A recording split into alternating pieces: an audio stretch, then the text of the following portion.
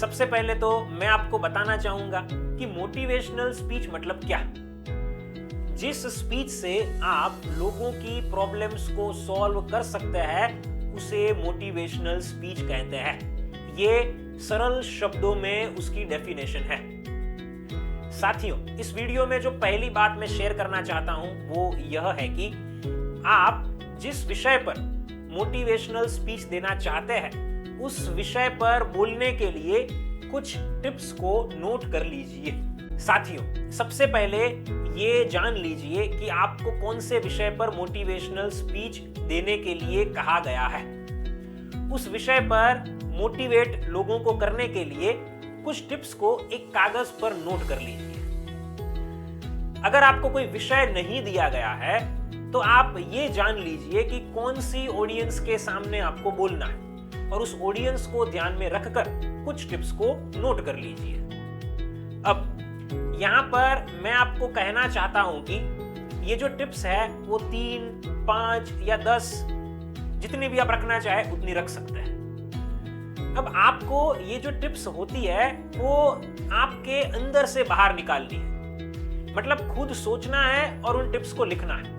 ऐसा नहीं होना चाहिए कि कहीं से आप कॉपी पेस्ट करके उन टिप्स को पेपर पर लिख लें। समझ गए मेरी बात? अब मैं आपको एक एग्जांपल देता हूं। मान लीजिए कि एक विषय है कि एग्जाम में अच्छे मार्क्स कैसे लाए। इस विषय पर आपको मोटिवेशनल स्पीच देनी है तो आपको एक पेपर पर पहले लिख लेने हैं कुछ पॉइंट्स। जैसे कि मैं लिख सकता हूं नंबर 1 करके कि क्लासरूम में ध्यान से पढ़ाई करनी है और कोई प्रश्न होता है तो टीचर को पूछना है। दूसरा पॉइंट लिखता हूं, घर जाकर रिवीजन करना है और होमवर्क पूरा करना है।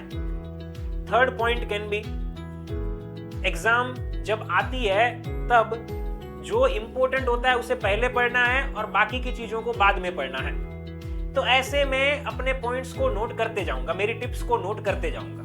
आगे क्या करना है वो तो मैं बताऊंगा वीडियो के अंदर आगे, लेकिन ये आपको समझ में आ जाना चाहिए कि आप टिप्स को नोट कर लें।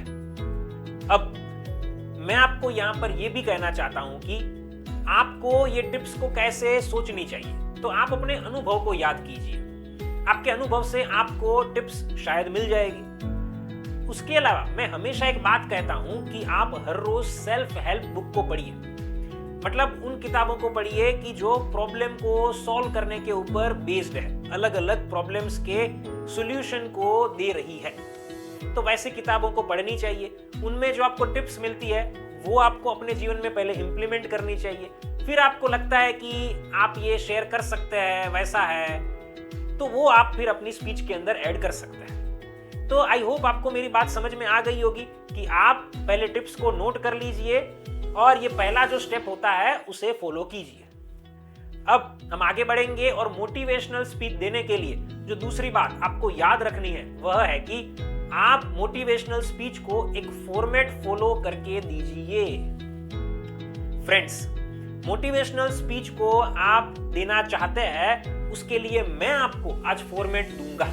ये फॉर्मेट मैंने खुद डिजाइन किया हुआ है, ये कहीं से आपको नहीं मिलेगा। तो ये जो फॉर्मेट है वो 7 स्टेप्स का फॉर्मेट है कि जो आपको फॉलो करना है। क्या है 7 स्टेप्स, सुनिएगा। पहला स्टेप है कि आप जिस टिप को देना चाहते हैं उससे संबंधित कोई प्रॉब्लम बताइए। दूसरा स्टेप है कि वो प्रॉब्लम के कुछ उदाहरण दीजिए। मैं आपको बाद में यहां पर बताऊंगा कि कैसे ये कवर करने हैं, पहले सुन लीजिए।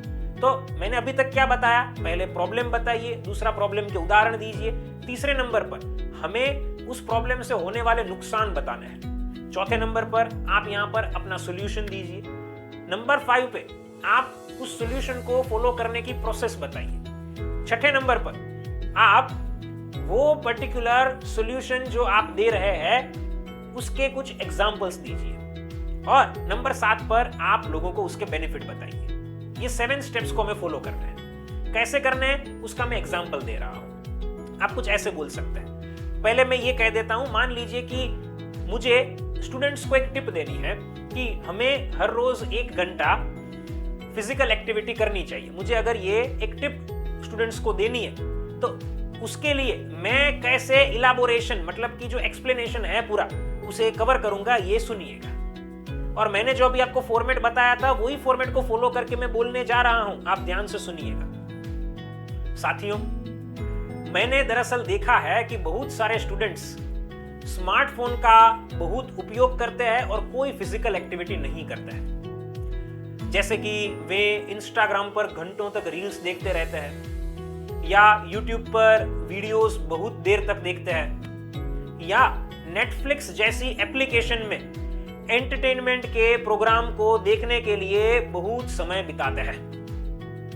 अब अगर मोबाइल का उपयोग इतनी देर तक किया जाएगा तो इससे आंखें खराब हो सकती है, इससे जो हमारी पढ़ाई है वो भी डिस्टर्ब हो सकती है, और इसके अलावा हमारा बहुत टाइम भी बर्बाद हो सकता है।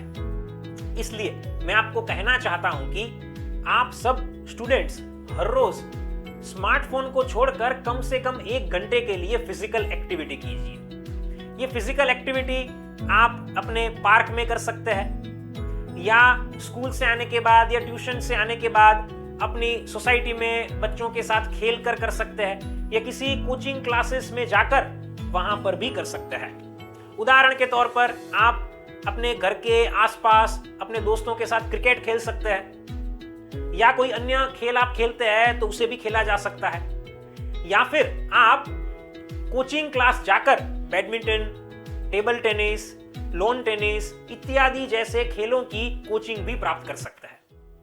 इससे आपको फायदा ये होगा कि आप शारीरिक रूप से मजबूत बनेंगे, आपकी इम्यूनिटी बढ़ेगी, और इससे जो पॉजिटिव ऊर्जा आपको मिलेगी वो पॉजिटिव ऊर्जा के कारण आप पढ़ाई के ऊपर ज्यादा फोकस कर पाएंगे। तो स्टूडेंट्स, इसे अवश्य कीजिएगा। तो मैंने यहां पर क्या किया, मेरी जो टिप थी कि हर रोज कम से कम 1 घंटा फिजिकल एक्टिविटी को देना चाहिए, उस टिप को देने के लिए ये 7 स्टेप्स मैंने फॉलो किए और मैंने मेरी टिप को कंप्लीट किया। अब मान लीजिए कि मेरी 10 टिप्स है, जो मैंने पहले स्टेप के अंदर बताया ना कि हमें टिप्स को नोट कर लेनी है। तो मान लीजिए कि मेरी 10 टिप्स है, मैं हर एक टिप को इलाबोरेट करने के लिए 3 मिनट का समय लेता हूं, तो मेरी 10 टिप्स को बताने में लगभग 30 मिनट का समय लगेगा और मेरी मोटिवेशनल स्पीच हो जाएगी तैयार। तो साथियों, आपको मैं ये कहना चाहता हूं कि ये जो फॉर्मेट है इसे फॉलो कीजिए कि जिससे आप मोटिवेशनल स्पीच को आसानी से दे पाएंगे। अगर मैंने आपको बताए 7 स्टेप्स को आप नोट करना चाहते हैं तो वीडियो को थोड़ा रिवाइंड कीजिए और उन 7 स्टेप्स को लिख लीजिए। तो ये मेरी तरफ से दूसरी बात आपके लिए थी। साथियों, मैंने आपको आज इस वीडियो के अंदर जो बताया हुआ है वो हर एक बिगिनर को तो काम आएगा ही, साथ साथ अगर आप इंटरमीडिएट लेवल पर है तो भी ये वीडियो आपको यूजफुल हो पाएगी। अगर आप एडवांस लेवल पर मोटिवेशनल स्पीकिंग करते हैं तो आप जरूर मेरा कांटेक्ट कर सकते हैं, मैं आपको और आगे बढ़ने में मदद करूंगा। अगर आप एक पावरफुल पब्लिक स्पीकर बनना चाहते हैं तो आप मेरा कांटेक्ट कर सकते हैं। नीचे दिए गए नंबर पर आप मुझे अभी कॉल कीजिए, मैं आपसे पर्सनली बात करूंगा, आपकी सारी प्रॉब्लम्स और रिक्वायरमेंट्स को सुनूंगा और समझूंगा और आपको पर्सनल ट्रेनिंग देकर एक कॉन्फिडेंट और परफेक्ट पब्लिक स्पीकर बनाऊंगा। फ्रेंड्स, फिर मिलेंगे एक नई वीडियो के साथ। Thank you.